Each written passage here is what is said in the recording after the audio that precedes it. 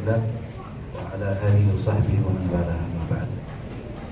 سبحانك لا علم لنا إلا ما علمتنا إنك أنت العليم الحكيم ولا حول ولا قوة إلا بالله العلي العظيم.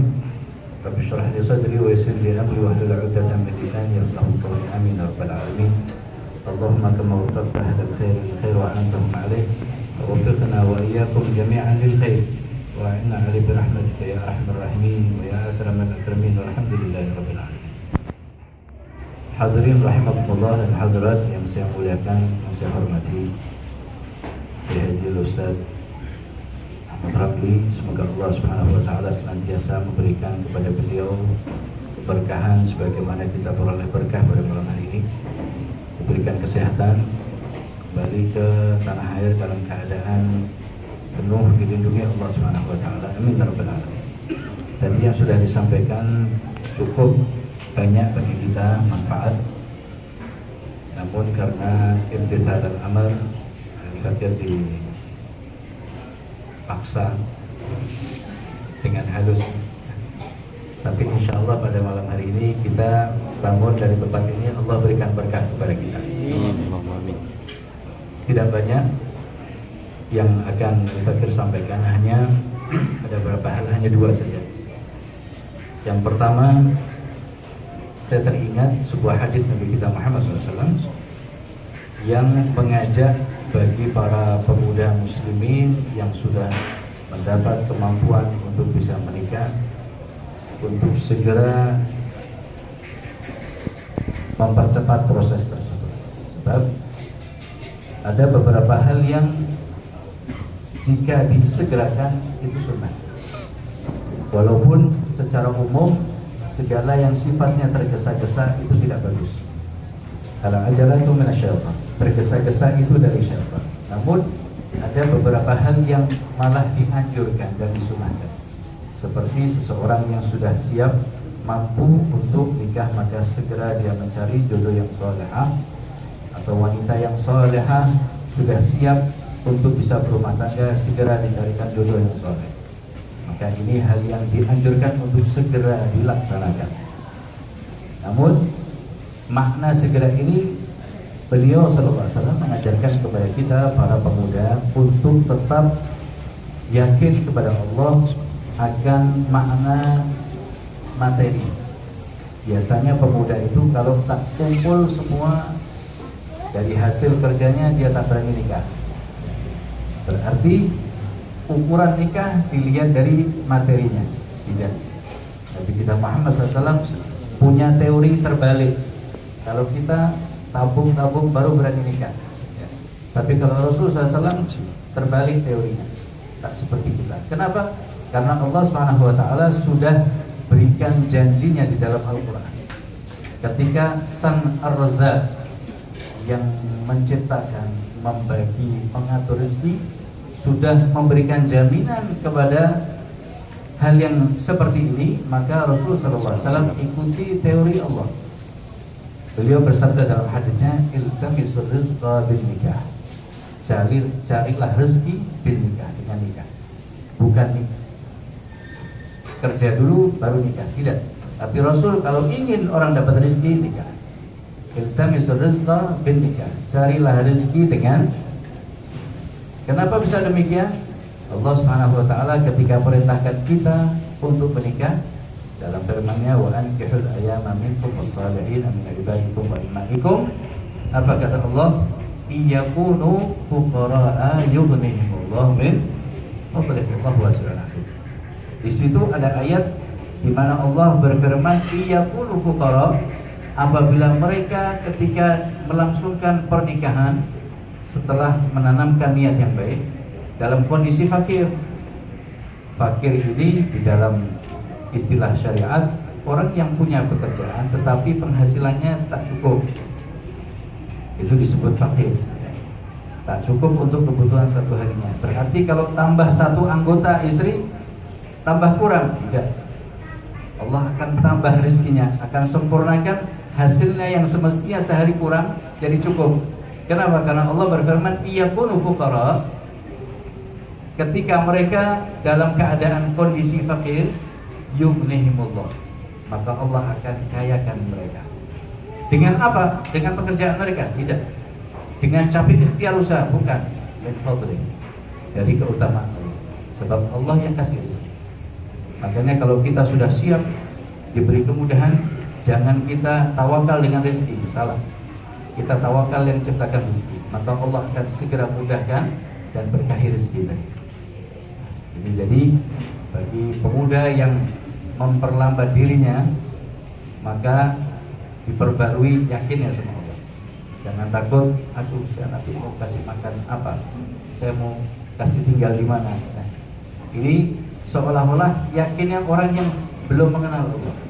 Tapi pemuda yang mukmin, yang tahu bahwa yang membagi rezeki Allah, maka kita sudah yakin bahwa dengan perintah kita mereka, Allah akan bagikan rezeki yang lebih. Sehingga pernah ada satu cerita, ada satu orang setelah menikah hidupnya di masjid, istrinya di rumah. Setiap hari kerjaannya rumah, masjid. Tapi subhanallah dia bisa makan, istrinya bisa makan, anaknya bisa makan. Al-Imam yang di situ heran sama ini orang. Ini orang 24 jam di masjid. Nah saya lihat dia bekerja, tapi masya Allah makmur, badannya makmur. Saya perlu tanya, subhanallah ketika selesai sholat, imam panggil ini orang, ada rajul. Masya Allah saya tak pernah melihat kecuali kamu di masjid. Dan kamu punya keluarga di rumah, kamu punya anak di sini. Dari mana kamu makan? Apa jawab si orang tadi? Maaf ya imam, saya jawab nanti, tapi saya mau ulangi sholat saya. Saya mau ulangi sholat saya sholat saya tidak sah berarti. Kenapa kamu katakan sholat tidak sah? Apa kamu tidak yakin dengan sholat saya, kata imam?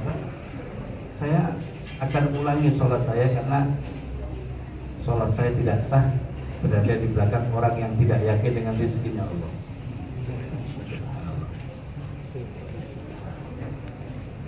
Tak bisa bicara. Bagaimana saya sholat di belakang imam yang mestinya imam ini imannya lebih, tapi kenapa Anda mempertanyakan saya makan dari mana? Subhanallah, saya ulangi dulu sholat saya. Berarti saya tak sah sholat di belakang orang yang tidak yakin dengan rezekinya. Subhanallah. Jadi tidaklah seorang hamba yang diberi jalan oleh Allah sedikit, pastinya dia akan diberi jalan yang lebih sempurna. Ketika apa? Kita ikuti apa yang dianjurkan oleh Sayyidina Muhammad. Jangan takut, jangan bingung. Rezeki kita sudah dicatat, orang yang kita tanggung juga sudah dijamin oleh Allah.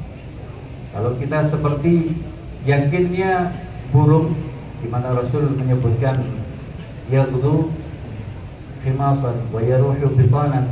Mereka ini burung keluar, kalau pagi kita saksikan, kalau subuh itu keluar khimasan, kosong perutnya. Wa yaruhu bitanan, pulang perutnya sudah penuh. Ini burung. Kalau kita tawakal seperti burung, maka kita tidak butuh makhluk siapapun. Ya. Ada lagi yang seperti ini. Pernah Al-Habib Muhammad Al-Haddad, mertua dari Al-Habib Umar dan termasuk gurunya, sekali waktu beliau sakit. Ketika sakit berobat,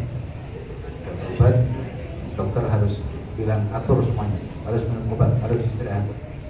Akhirnya dia ikuti apa nasihat dokter. Selesai dia bilang, subhanallah, kalau seandainya manusia itu taatnya kepada Allah seperti taatnya kepada dokter, maka dia akan menjadi aulia. Dia akan menjadi orang-orang yang dicintai Allah SWT. Kita terkadang taat dengan pekerjaan kita sehingga kita lupa wajib. Kadang kita taat sama akal kita sehingga kita lupa mana yang lebih diatur oleh Allah dan Rasulnya SAW. Maka khususnya kepada saudara kita Muhammad Faiz, bulatkan niat, yakin kepada Allah bahwa Allah yang memberikan rezeki dan Allah yang memudahkan rezeki. Dan juga umumnya bagi para pemuda, jangan takut, jangan was-was, jangan ketika sudah diberi kemudahan oleh Allah segera cari yang solehah. Maka tidaklah Allah pilihkan seorang pemuda yang soleh kecuali bagi wanita yang soleh. Dan yang paling penting seperti yang disampaikan tadi oleh Ustaz Ramli, ketika semuanya sudah bulat niat masuk kepada pintu pernikahan, kita punya tanggung jawab yang besar. Ya, kita punya tanggung jawab yang besar. Ya, kalau istri itu menjadi dua hal, kalau tidak menjadikan kita masuk ke surga, atau sebaliknya menjadikan kita masuk ke neraka. Karena apa? Karena kita tidak bisa melaksanakan tanggung jawab kita dan hak yang harus dipenuhi untuk istri kita. Dan insya Allah majelis yang berkah ini menjadi satu tambahan buat kita semuanya. Bagi yang sudah berjalan, yang sudah nikah, yang sudah expired nikahnya ya, masih ada kesempatan untuk kita seperti yang disampaikan tadi, merubah rumah menjadi yang penuh dengan mawaddah warahmah. Kenapa Allah dahulukan mawaddah baru rahmat? Karena rahmat tidak akan datang kalau tidak ada mawaddah. Al-mahabbah, cinta itu akan membuahkan rahmat, membuahkan yang lain-lain. Jadi insya Allah majelis yang mulia ini menjadikan berkahnya kepada kita, khususnya kepada calon pengantin insya Allah besok. Semoga Allah beri kesehatan kepadanya, saudara kita Muhammad Faiz.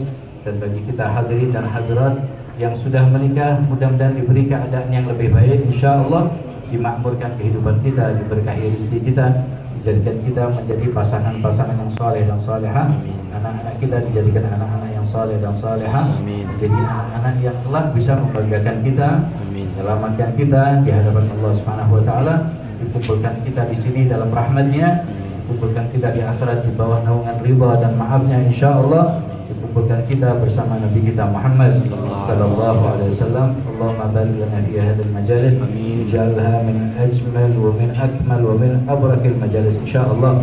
Takarram alaina wa alaikum bil qabul wa tamam kulli ma rasul. Rabbana atina fid dunya hasanah wa fil akhirati hasanah wa qina adzaban nar. Rabbana hab lana min azwajina wa dhurriyyatina qurrata a'yunin waj'alna lil muttaqina imama. Wa sallallahu wasallam baraka ala sayyidina Muhammadin wa ala alihi wa sahbihi ajma'in. Alhamdulillahi rabbil alamin. Wallahu a'lam. Habis mengucapkan jazakumullah khairan jazaa kepada Habib Hasan atas nasihat yang diberikan. Jemaah kita sambung sampai 12 boleh? InsyaAllah. Dah lama belum? Belum kan? Dah lama kan? Okay, kita beri